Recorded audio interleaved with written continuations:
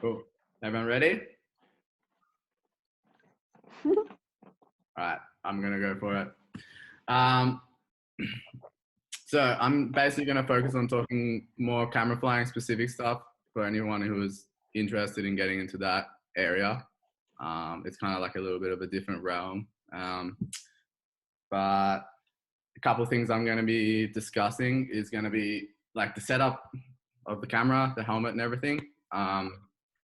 What I'm doing in the plane for the jump, because it's very different to what I'm doing when I'm coaching. The free fall part and how you kind of go through that procedure. Editing and a little bit about safety as well. Cool. So just if you want to start out in camera flying, so some useful stuff that would be helpful when you're starting out. So is the setup.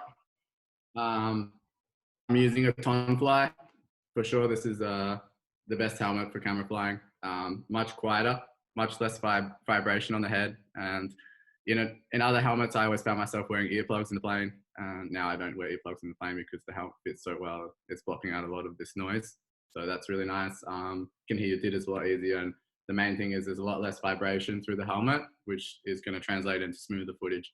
So you have either if you're going to run one camera on top, I would go for the 2X, which is a smaller one. That's what this helmet is. Otherwise, the CC2 is the big one, and that's good for if you're going to have a stills and a video. I'm not really a stills guy, so I'm running this with this camera on it. Cool. The cutaway, super important. If you have a bigger camera on your head, so there's a little bit more risk of snags and this kind of stuff. So you need to be able to get rid of it in a situation, which is not ideal, but definitely get a cutaway if you're going to order a Tonfly. Try and go for the one with the hard, this thing, whatever that's called. You can get this soft or hard, get it hard. And then a ring sight. So ring sight is really important. You might see like sometimes people will be using the goggles and they'll put a dot on the goggle and use this to see where the base of the ring sight is. The idea is to see where the center of the shot is, where the center of this camera is looking on the jump. So you have some idea where you're pointing your head. Some people put it on a goggle, but this doesn't really work too well because the helmet and the goggles can move independently of each other, which can put the alignment out a little bit. So ring sight, get one you can get out of the way for on the canopy. Cool.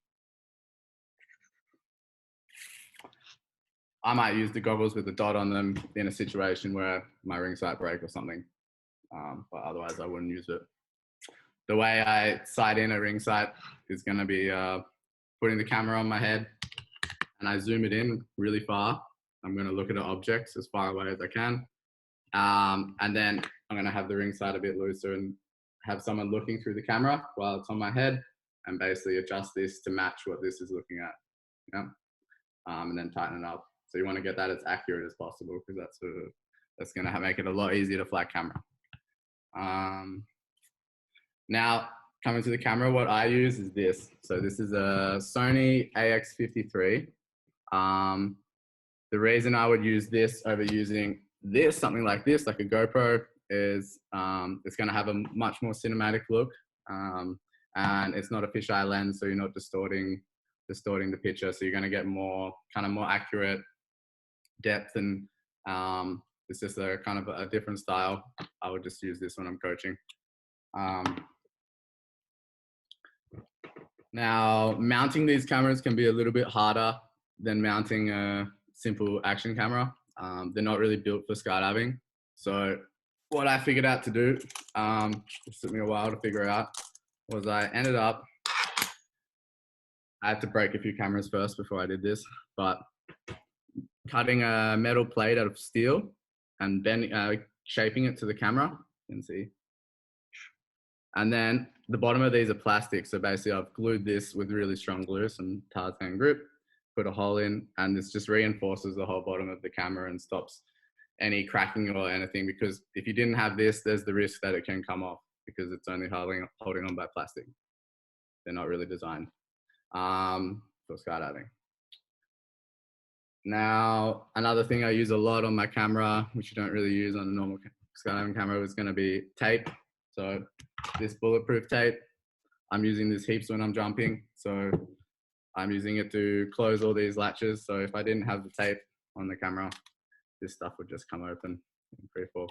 So if you're going to fly camera, definitely get a lot of bunch of tape. Cool. I broke a glass. Okay. The camera settings, something I'm going to talk about a little bit as well. So the settings I'm using on my camera is I'm shooting in 4K, which I'll show you later why, but always shooting in 4K and 25 frames a second. In my opinion, I don't really like much slow-mo skydiving footage, so I'm never shooting in slow. I find it, I feel like skydiving should be watched at the speed it's done. That's just my personal opinion though. So that's basically the stuff in the plane. Then visualizing the line is probably the really important part there. So you kind of in free fall, you know what you're doing. It's intuitive. When I get out, I basically just, these cameras are a bit different, but I just pull the back out like this. That just turns it on and just hit record. So that's fine. You can jump with this like that. That's not a problem. Just be careful not to bump them. They're not really made for stuff like that. I've broken a few. Now free fall. You're in the door, the group's about to exit. Something to think about in the door is where you're looking is really important. So because of the way we use the ring sight and the camera, there is a little bit of parallax, like error between the ring sight and here. So as things get closer, this becomes less accurate depending on the distance that you've sighted it in. So what I do in the door is I'm actually looking more at the feet of people in the door, and then you find the framing is a lot better. So you want to frame the exit well. So in the door, focus on looking down a little bit further. This is just going to help a lot. Then as you exit and things come further away, you can start to use the ring sight a little bit more. But as you get closer in free fall, you know, focus on pointing the head down and just imagine like looking at the feet maybe. Exit happens. Now, always filming, head down. Yeah, I'm never filming head up. This is making it a lot easier to get a smooth shot, having power to move where you want to be, and then also 90% of the time, I'm staying on my belly. So I hardly ever flying camera on my back. And maybe I will do it if the jump goes quite steep, then I could come around on my back. But a lot of the time, let's say I'm filming a basic angle, I'm always going to be on my belly. Even if I'm on the side here or a little lower, I'm usually on the belly. I have a lot more power to come up and back. That's a super, super good one. Blair Smith, what distance do you sight your ring sight? I sight it as far away as possible. Yeah. So I look at something like 300 meters away to sight. And then basically as things get closer, I'm just adjusting for that a little bit with the parallax. Cool. Staying on belly. Also really important, if you do end up going on your back or something like this in a jump and you end up far away from the jump, don't worry too much. Sometimes these really long shots can end up having a really cool effect. So being far away. So in that situation, you're like, I'm so far away. Just focus on keeping the group in the frame. Yeah. Always keep the group in the frame. Never look away. So there's only one situation where maybe you would look away, and that's for safety. Okay. So if you don't know where someone is, or like you need to look like for some situation that happens, then maybe I would look away. But I'm always trying to use my peripherals to see where everyone is and focus on just keeping the shot in frame. That's basically it. Keep the ring sight on the group. Tricks for safety stuff. It's a little different flying camera because you have this almost like a different awareness because you're always just thinking about this shot. So it's really important to be aware of where people are on the jump. So what I do maybe a lot of the time, I'm filming a 5-way. I will just make sure when I'm that in my shot, I can see 5 people. Then I know I have nothing to worry about, and I can go around the group and not worry that I'm going to hit anyone flying a more aggressive line. If you see 4 people and there's a 5th person on the jump, then definitely keep your peripheral open and be looking for them.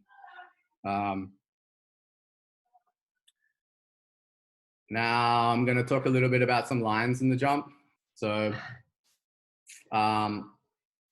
let's say for a basic jump, a lot of the time I just find myself filming tracking jumps. It's what 90% of the time what we're doing. So let's say I'm on top of the group here. I'm filming the jump. Sweet. A lot of the time you're staying with the group, filming them, taking some angles here. But a line I might fly to create an effect. You want to create a feeling of the jump, or you can see the movement of the jump. Then you might actually go away from the group on purpose. Yeah. So let's say I know that the leader is going to do a 180-degree turn or a left-hand turn on the jump, and I'm filming the jump from here. If I know they're going to do that, when I feel the turn start to happen, I actually might turn the other way, let the group go away from me, and then come back together. Okay, so they're basically going 180 one way and I go 180 the other way. This is quite a nice line to fly. I use this quite a lot, and it's just showing the movement and the speed of the group going away and coming back. That's a good one. Obviously, for this line, Sam, you need to make sure that you can see everyone on the group, because there might be someone behind you if you're going to turn the other way. Yeah. Another line I'm going to talk about that I fly quite a lot is when you have this is like for a more advanced group, you might be flying a belly angle, and then they're going to flatten out and they're going to do something here. They're going to go vertical for a bit, and maybe they're going to move head up, but the vertical speeds, it's going to flatten out. It's going to get a lot slower, and then it's going to start diving and going a lot faster again. So this line, this is a little bit tricky, but usually I end up flying here on the belly above the group. I'll let the group flatten out, and then as they start to dive here, like let's say they do a transition head up. As they start to do this transition, instead of me following them and doing the same transition, I'm going to end up head up, and basically my footage is going to go upside down. I would instead do a front, so I go over my head, and then dive this way.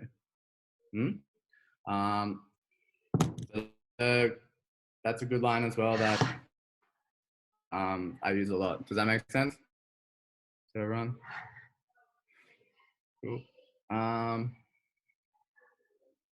Now it's the end of the jump, and the group's going to break off soon. Something that I do a little bit differently when I'm flying camera is the audible altimeters. Okay, so I like to have mine set about 1,000 feet above the actual group's break-off height. So then I know that the group's going to break off. So if I'm in a position where I want to set something up for the break-off, then I have a little bit of time. So I usually have, if the group's breaking off at 5, I will have my DITA set at 6, so I can be prepared for the break-off. Now there comes a question at the end of the jump. You want to tell a story from the exit to the end. So at the end of the jump, the question of, do you film someone's opening or not? Yeah. A lot of the time you're seeing footage, people following people on break off and filming the openings. Like, this is common in camera flying. Recently, I've kind of been going more away from this because it can create some situations that aren't, like, it can create more sketchy situation. If you're filming openings, you can end up lower and stuff like this, especially if there's a miscommunication with people. If they don't know you're going to film the opening and then you end up underneath them, they don't open like a little bit higher, then you end up low. So usually I'm actually going away from this now. And when the group breaks off, I'm just breaking off with everyone.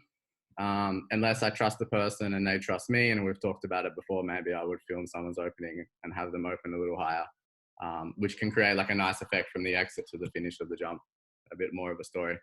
But most of the time I would go away from filming openings, just for safety. Cool. That's like basically from the free fall stuff. Cool. Now I'm gonna go over like a little bit of the editing and what I do in the editing to create take your footage to another level in post production. So I'm gonna share my desktop screen. Can everyone see it? Yeah. Cool.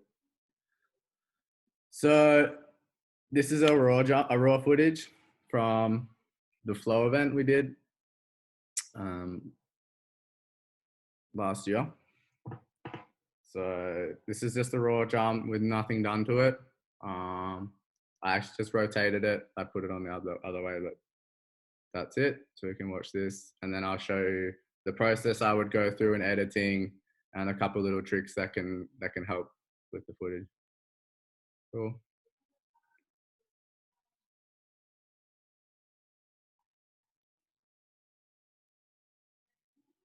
Okay, cool.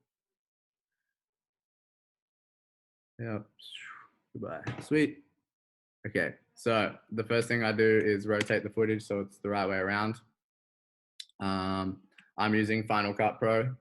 There's heaps of video tutorials on YouTube that can teach you a lot about how to do this stuff. Basically, everything's on YouTube, so that's the best place to basically learn. The first thing I do, rotate it. Then I'm going to show you something that I use.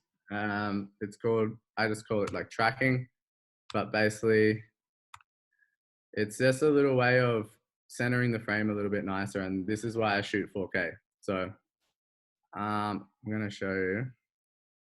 Basically what I do is I have my shot here in the middle. I'm going to tell the computer I'm going to add a keyframe, which means that this is where at this point I want the shot to be here. And then I'm going to scroll to this point and I want to zoom in a little bit. So as I move it, it creates another keyframe and then I can move it to here, right? So then between those 2 points, can everyone see that? Between those 2 points, the shot's going to move from there, and you can follow the group a little bit with this in post production, and that can help quite a lot with keeping, making an effect. You can make some nice effects with zooming in and out as well. So I did one earlier, which I kind of prepared, where I've tracked the group on this jump, and I can show you the kind of the movement, how I would do it. Just did like a quick one. You could spend a lot of time on it. So from here, you have the exit. I'm just going to scroll through so you can kind of see how it moves. It moves down, in, down.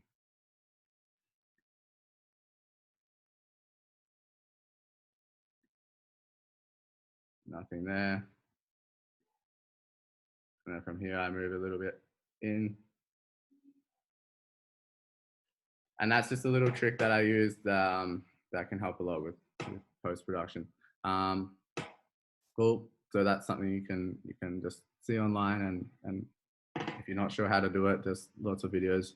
The next thing I do is color grading. So easy way is just to use the LUT, which is basically a pre-made color grade. It stands for lookup table. So it's here on my top right of my screen. You can see a before and after. So I'll turn it up all the way. Just have it turned down a little bit. So basically, I'll exaggerate the LUT, but you have a before, I put the LUT on, and an after, and it's just going to bring out a lot more of the colors in the shot. There's millions of different LUTs, and you can basically like download them online and play and find a look that you like. And then after I put the LUT on, a lot of the time I might do some color grading myself. So I might play with maybe I would bring the blacks down or something. So a mix of using a LUT and grading yourself a little bit is basically the way I go through it. Individually color grading every shot is a lot more time consuming. So the LUTs are really good for that. So then I would add a LUT.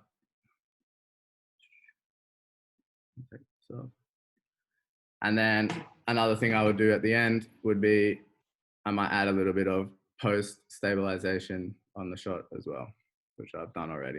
So then you have the shot before and the shot after now is a very big difference in how it looks. And that's just like 3 things that you can do that really help. So the tracking, the color grading, and a little bit of stabilization can make a massive difference to your shots after as well. But it's a long process editing. You spend weeks on it, and yeah, cool. But that's pretty much it for what I had to talk about. Just going over like the basic stuff. Now I just want to, if anyone has any questions or anything, then we can open it up to that. Do you have any experience with filming tandems? I did a little bit, like when I was first starting out. I've probably got maybe like 30 or something. Have you got any tips for people that would like to film tandems? That's one of the questions someone sent me. Yeah, dress for success. Like, you need to for sure wear some clothes or some wing jacket. It's so much easier. I found like that would be like the main thing, and then don't fly into the drogue. Yeah, and then get creative with it. But okay, yeah, cut it. Wearing something that's gonna help you with the fall rate, if it's slow or fast. I felt like that was the main thing. Cool. And then someone said, how do you get a head up crest without tunnel? That was you, Jarvo, wasn't it? Head down. Head down crest, sorry. Jarvo wanted to know how you get your head down crest without doing tunnel. For sure, it's possible to learn head down. It's a lot easier with the tunnel, of course. It's going to show you where this middle point is. But I find like there's kind of like 2 ways to do it. You could either learn to fly head down by learning belly and back angles and then taking them steeper. So let's say you start on the belly angle and then you start to learn how to go steeper and steeper and steeper and steeper. And then you also start on the back angle and learn how to dive and change the angle. And then once you understand both, you just find the middle point in between them, and then you know how to balance. And then that's basically you can fly head down at that point, and then it's a matter of like feeling the small inputs to make those small changes. Yeah. So rather than like just trying to transition from your feet to your head, it'd be better to transition or to work an angle steeper and go that way. If you get your angle flying pretty good, and then maybe go like with a coach, and they can like kind of like build you up to it over time, like lead you into it a little bit steeper, and then play with those kind of things over time. Like obviously it's a little bit to feel all the angles. And then the other way is like maybe you can take out like a 2-way flower with the coach on top, and then they can kind of hold you and push you over like on the door. Yeah. And bring you into the orientation and kind of let you like put you there, and then that's another way to feel it. But the kind of the idea is the main thing is feeling that balancing point of the middle. Yeah. Which is once you understand the forwards and backwards, which is back angle and a belly angle, and the middle point's quite easy to find. So. Yeah, cool. Yeah. All that kind of. Tunnel's going to make it way easier. Oh, 100%. Yeah. Just, I'm just not blessed with the bottomless pockets to throw it at the moment. So I'm just thinking, if I can do it in the sky objectively rather than just pissing into the wind, that'd be a bit. Sure, yeah. It's definitely a lot of people have done it that way too. Yeah, sure. Yeah. Bugsy. Davey, how are you, mate? I was just going to say, dude, what kind of like, because I've never really gotten into the camera stuff before. If I was going to give it a crack, is GoPro even worth trying, or is it worth getting like an actual good setup to start off with? If you want to get into proper camera flying, then for sure get a proper camera. And what would you recommend? A Sony AX53. Yeah, okay. Nice. One. Yeah. You can go like the models up, and then they start to get like expensive. I'd say like this is you can pick this up for like $800 or something, $1,000 secondhand. So I think new they cost about 2000. So yeah. Sweet.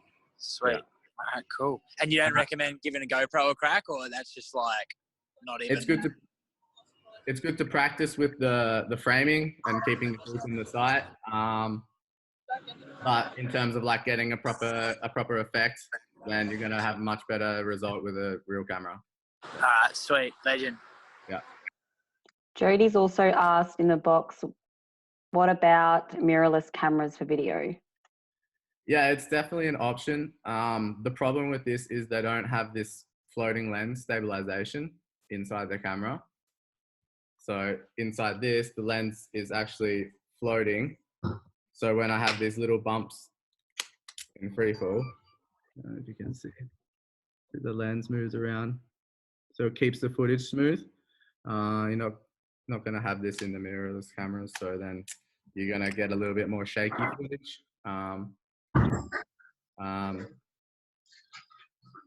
The new Canon has the stabilization, does it, Jody? Okay, yeah, Guy, there you go. I was wrong. Pick up, Jeds. Yeah, for sure. That's also a good option then if you can get the new Canon EOS R5 actually has image stabilization. So like within the EF lenses and within the new body that's coming, it's got all the gyros and all that kind of shit in it. So yeah. Yeah, I haven't looked into that, but for sure that would be a good option as well. Yeah. So it's a sneaky $5,500 for a camera. Yeah, that's the thing. This is going to be like less than $1,000. Yep. Yeah. Even the Sony action cams, they've got obviously stabilization, and like to what Bogsy was saying in terms of just getting started, maybe I'm pretty sure they've got the same actual camera sensor as the AX53 does. Yeah. But obviously it's a different camera, but a lot of it's the same as the AX53. So that's maybe not a bad option. Like rather than a GoPro, I know it's not going to be the same thing, but if you put them on, if you put the action cam on medium, I think it is, it looks actually really good. Yeah, definitely. It's also a good option, but like, I guess just as a starting point. Yeah, for sure. As a starting point, for sure. I agree, but it's also personal preference, like what look that you're going for as well. I know Willem from Tora Tora is running a lot with the GoPro 360 camera, and he makes some really cool stuff with that. It's just like a completely different look.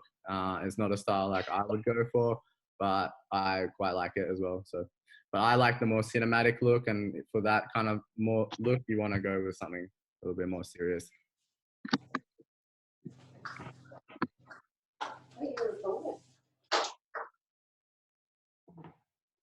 Does anyone else have any questions?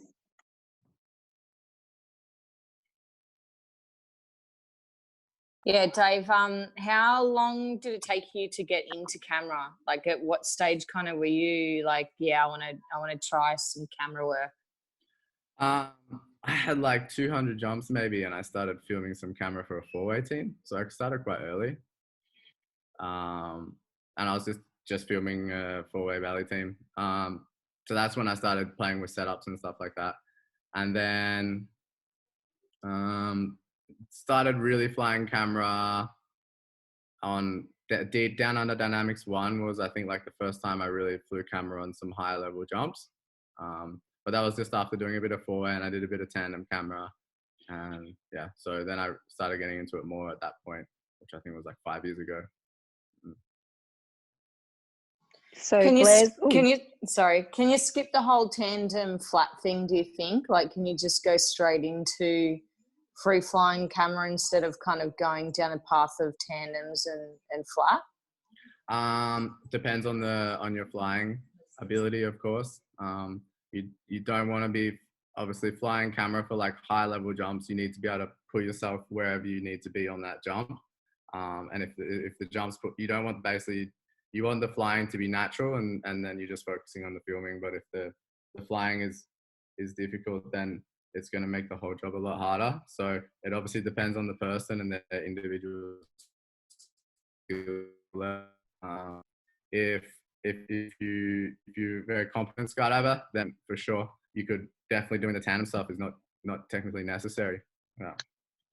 It's going to help you like understand how to keep something in the frame and focus on looking through the ring sight instead of just looking at what you're almost like looking at everything through this point. It's going to teach you those skills, but yeah, I don't think it's necessary. I didn't do much. I did maybe 30. I did like a bunch of 4-way camera jumps and then a few tandems, and then then I was flying a lot in the tunnel, and then I started filming some drums at the boogies. Blair's asked if you're on a jump and not a filmer, what camera do you run then? I just bought a GoPro 8, so I'm pretty excited about that. Yeah, for coaching. I was using the Sony before. I think these are better now for that stuff. Yeah. But it's quite nice with this camera because I can easily, with this helmet, I can just switch this, and then like within a second I can have this on the top. So that's a good thing.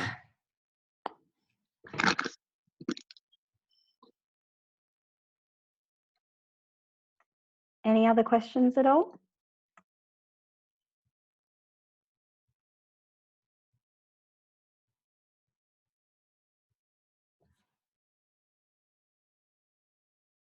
Yeah, what do you think about interchangeable lenses? Do you think it's better to have like a fixed lens camera? I've jumped both for sure.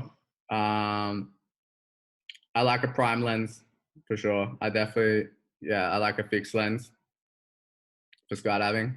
In this camera, it has like an optical zoom inside. So sometimes if I want maybe like a different focal length, then I will zoom it in a little bit in a jump to create like a tighter shot. But if you're just using like let's say you're using like a DSLR or something, then I would go for a prime lens. Yeah, and then I just have a few different prime lenses. Blair wants to know, what Tony fly do you have? 2X. Yeah. And then Jody says, do you know much about stills? I know a little bit, but not much. I would talk to maybe like Kai or Sam Millington. Like these guys definitely have been doing some really nice photos recently. Yeah. I've done a little bit of stills in the past, but my passion is more video. Like I really enjoy the video stuff. Yeah. This is a question for me. How did was it hard to get into being a camera fly and actually be invited to do events and things like that? Like, how did you get invitations to do those sort of things and work your way into that? It was kind of funny. Like I went to DD as a participant, the first DD, and I just brought my camera gear because was kind of started doing a bit. I was interested in it. I've been filming a few jumps and stuff at Picton when I was living in Sydney. So I just took my camera gear and then I was participating and I just really felt like camera flying. And I just said to Mason, like, do you mind if I fly camera on the jumps I'm on instead of participating? And he's like, sure, no worries. So I just paid my slot and flew a camera, and then I made that video. And then after that kind of started snowballing a little bit, and yeah, so just did it. Yeah. How good was that drive to DD day from Penrith? I'd never forget that, Bertie. Oh, yeah, that was pretty rough. 18 hours, for those that don't know, it was like 18 hours, ran out of fuel, door knocking at farms' houses at 3 a.m. It was epic. And you paid that guy with like a bottle of like something. What did you give him? Bailey's, yeah. Yeah. Bailey's. That was sick. Yeah, that was funny. Good times. Yeah. Oi, Rosie's in Poland. Cool. Is there any more questions at all anyone has? What camera would you get? What Tonfly would you get if you wanted to run stills and video? What's it called again? It's the CC2. It's like got the big plate on the top. I think it's what Alex uses, Satori Factory. That's definitely for camera, like setting up both. Yeah, if I was going to buy another camera helmet, that's the helmet I would get. It's just easy to. The one that you've got now, you can rig that up for stills and video, yeah, or no? I can put a stills on top of it, of course, but there's only really room for one camera on the top. Yeah. Okay. Yeah. What's everyone been doing? Dreaming of skydiving. Yeah. I think this is the longest I haven't been flying for in a while, so I'm definitely missing flying. But it's nice to have a break and focus on some other stuff as well. Hey, something about storage, Dave. Because you obviously have a lot of footage over the years of all the different kind of camps and that you've been to. What do you find is best with storage? Solid state external hard drive. Yeah. That's the only answer there. Yep. Yeah. Okay. Yeah. Do you usually keep all your footage after you've edited something? Yeah, I try to. Yeah, I've had a few hard drives die on me, and I've lost a bunch of footage, which is sad. But I try and keep most of the stuff. Sometimes I'll upload it onto a folder online, so everyone who was at the event can watch the jumps if they want to after I put the edit out. Put all the raw footage on. That's all there. Cool. Yeah. Hey, Dave, out of interest, what were the hard drives that died? What brand were they? WD. Yeah. Same. No wonder they're shit. They suck. Yeah. They're cheaper, but they just don't work. Yeah. Cool. Sweet. Does anyone have any other questions? Would I rather film or lead a jump? That's a hard question. I think for me, they both give me very different things. I feel like filming for me is something I can do that it's a bit of a creative outlet, and I can kind of express flying in this way of which line I'm going to take, and I can really think about it, and more creative thing as well. Leading or teaching, coaching, that just gives me something else, and you're sharing with people, so that's more of interaction. I don't know, I cannot pick one or the other. I like them both. Yeah, there's two different experiences. Is that it? Yeah. Let's all have a chat about AK's canopy. He's I feel just like it's the flying elephant it. in the room at the moment. Everyone's just looking at it. AK's disappeared. Where'd he go? Oh, there you are. How fucking good is it? Fuck. It looked like you were just sitting there waiting to talk about it, so I thought I'd bring it up.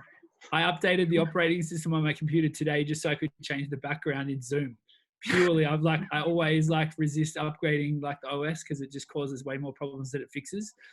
But after yesterday or the day before or whatever, not being able to change the background and watching Troy in fucking Finland with the Northern Lights and everyone else, Bogsy just in Poland, I was like, this has to be done. So pretty stoked. Sorry, Dave.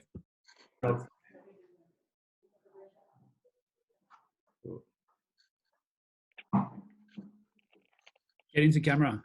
Get into camera. That's basically it. Yeah. If you want to do it, just get a camera and start filming shit. More camera flyers would be amazing. Yeah.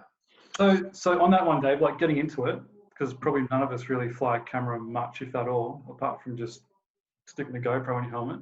Yeah. Say most of us would probably start filming a 4-way team or something, and just to, learn how to frame a shot or whatever. Yeah. How would you go, starting that conversation? Would you just pay your slot until you're good, or what's the sort of etiquette there? Well, I got when I did it, I was invited, they asked me to do it to film the 4-way team, so I had my slot paid. I guess it depends on the situation. But for sure, I've done a lot of camera jumps where I paid my own slot, and I guess if you really want to do it and you're really passionate about it and you really enjoy it, you're gonna just pay your slot and fly camera. Like for me, flying camera isn't like work. It's like something I love to do, and I'll happily pay for my jump and go fly camera. Yeah, I enjoy it a lot. So I think that's the thing. If you want to do it, you're just gonna find a way to do it, and yeah, just go to the DZ and find a group that looks like it's gonna be a nice jump to film, and yeah, just start playing with it.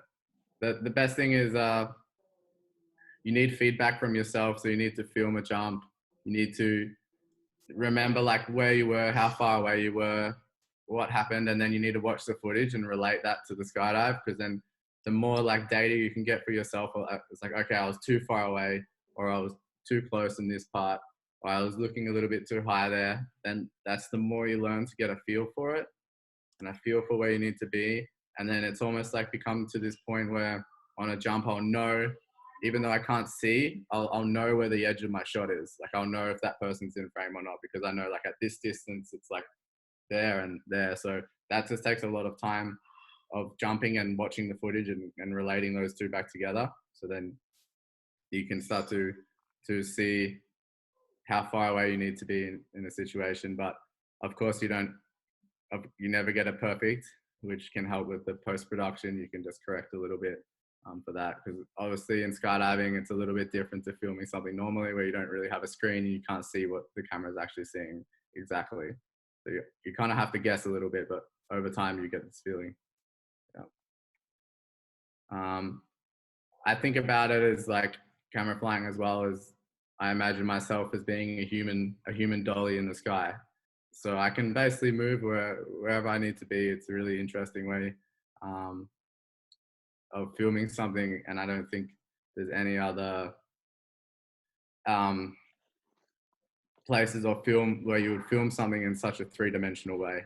So for me, that it's really, really cool. Do you think about competing to be free flyer, freestyle, camera flyer? Yeah, it's definitely crossed my mind. For sure, maybe it's still on the cards at some point. I would like to do that. Yeah.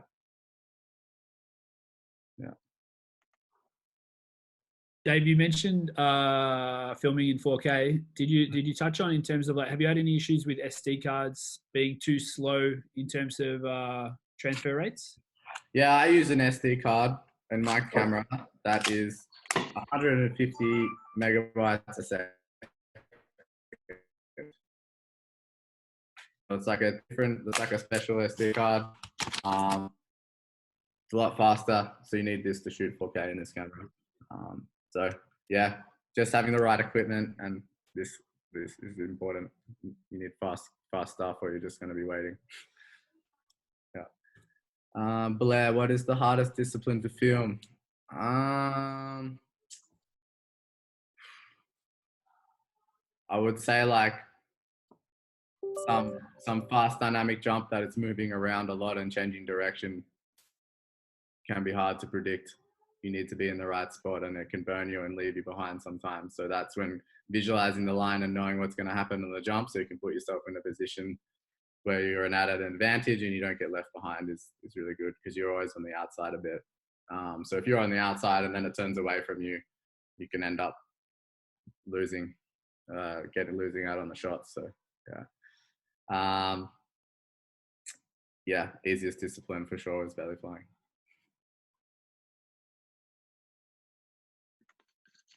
Have you had any incidences being a camera flyer and being like gone through the group or anything like that? I haven't had any like massive things that I can, like major things that I can remember happen.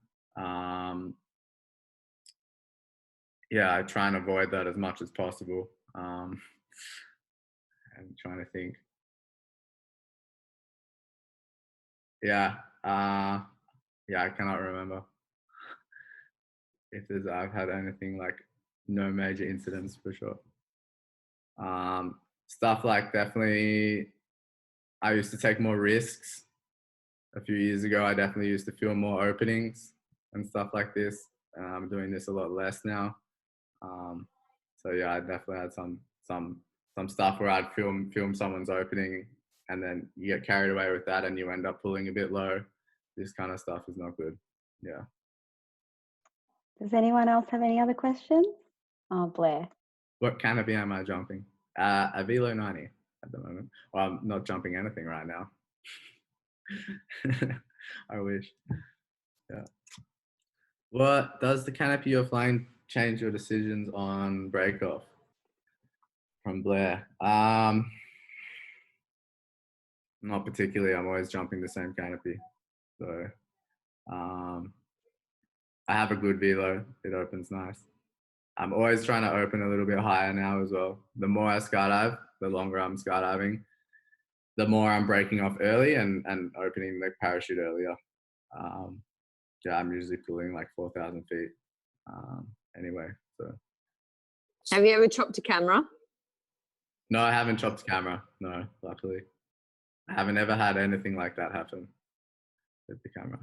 I had once a riser come past and kind of crack the camera, like the case, but never had any situation where I had to cut away or anything like that. Do you have that insured or not?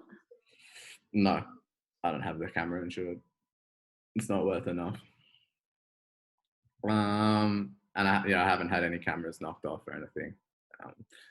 Before I figured out about this metal plating on the bottom that I was talking about before and really getting that solid, when I was just going through the plastic, I had one kind of, when I was flying, it twisted on my head like this. It didn't come off, but it was twisted and it was like pulling my head to the side. But it didn't come off. So I just grabbed it. It was okay.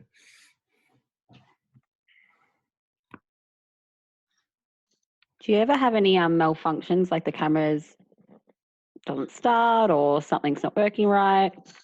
For sure. Yeah, I've definitely had a few jumps that I really wish the camera worked because for some reason you have a camera mount that doesn't turn on or it doesn't work and then you lose the shot. Yeah, it's happened before, but yeah, these are pretty reliable. I've only ever had it happen a couple of times.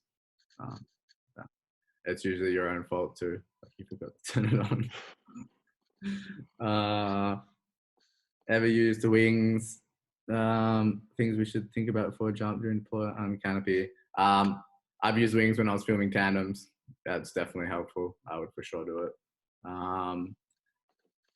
For things specifically to think about for camera flying, I mean, it was kind of the stuff I was going over before. For the jump was couple like for the safety stuff, counting the people in the jump and seeing and having an idea of if there's a 5-way, I want to see 5 people. That way I know I'm not going to, if I'm flying an aggressive line around the jump, I'm not going to hit anyone. Sorry.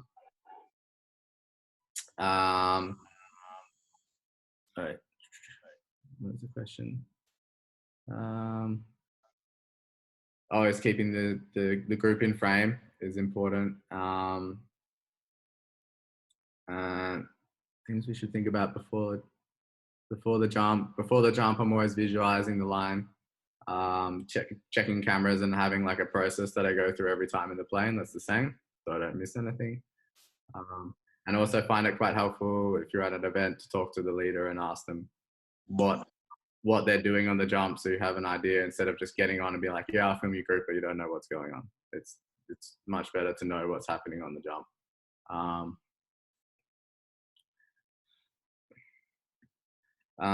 During the jump, obviously, staying on my belly, important. I'm 90% of the time on my belly. Being aware of everyone, this kind of stuff. Basically the thing I was saying before. And then deployment, I try and keep my head quite neutral when I deploy. I'm using like a lot more weight. You want to be careful if you have a hard opening. So I kind of keep my head pretty neutral. And try and like not get any whiplash in the deployment if you have a hard opening. Under canopy, the usual stuff. When I'm flying camera, like I'm not filming under canopy really. I would turn the camera off, pull the ring side up, and then fly away from the jump run and make sure I see everyone under canopy from the group and get into the circuit, have a safe landing. Yeah, I'm not flying camera so much on the canopy. Maybe there'll be a moment where I want to film, like there's a sunset and flying with a friend and film them for a nice shot. But yeah, once I'm open, the camera. Yeah. Any recommendations for the ringside? Are they different, or is it just like pretty much the same? For the ringside, I use the one that's like this way, not the circles. I can't remember what the names are. I like it. I like this one. Some people prefer the other style. Yeah, obviously, like a good thing for the ringside as well is sometimes they have a lot of like longer metal bits that come out. So once you've set it, maybe like cut them a bit shorter so that there can be a snag hazard. And then I like mounting mine on the front this way. Yeah. But there's a lot of ways to do it. And then when I'm coaching, I can just slip it off as well. So.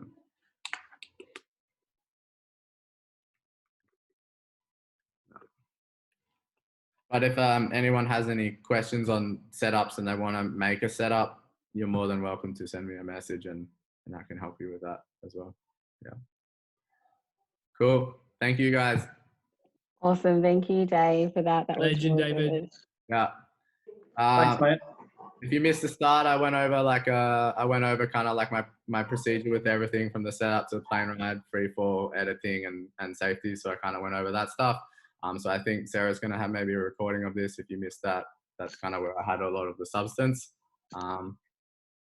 So if you're interested, that will be somewhere. Yeah, I would Thanks so definitely much, Dave. record it. Yeah, cool. And if you have any Thank questions you. and you want to get into camera flying, just send me a message and I'm more than happy to talk about what I do and stuff. So yeah, I would love to see more camera flies in Australia. Yeah. Are there any courses that teach people how to do camera flying at all? Is anyone running anything? The Tora guys are running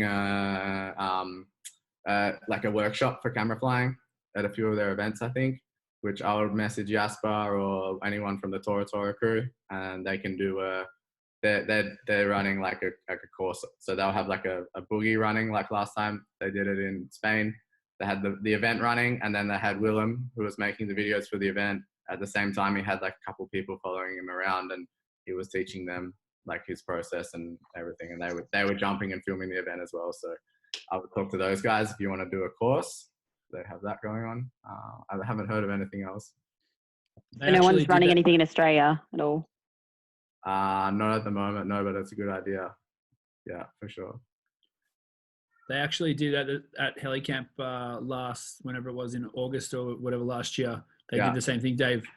And Oscar, for anyone that knows Oscar actually participated in that for a week.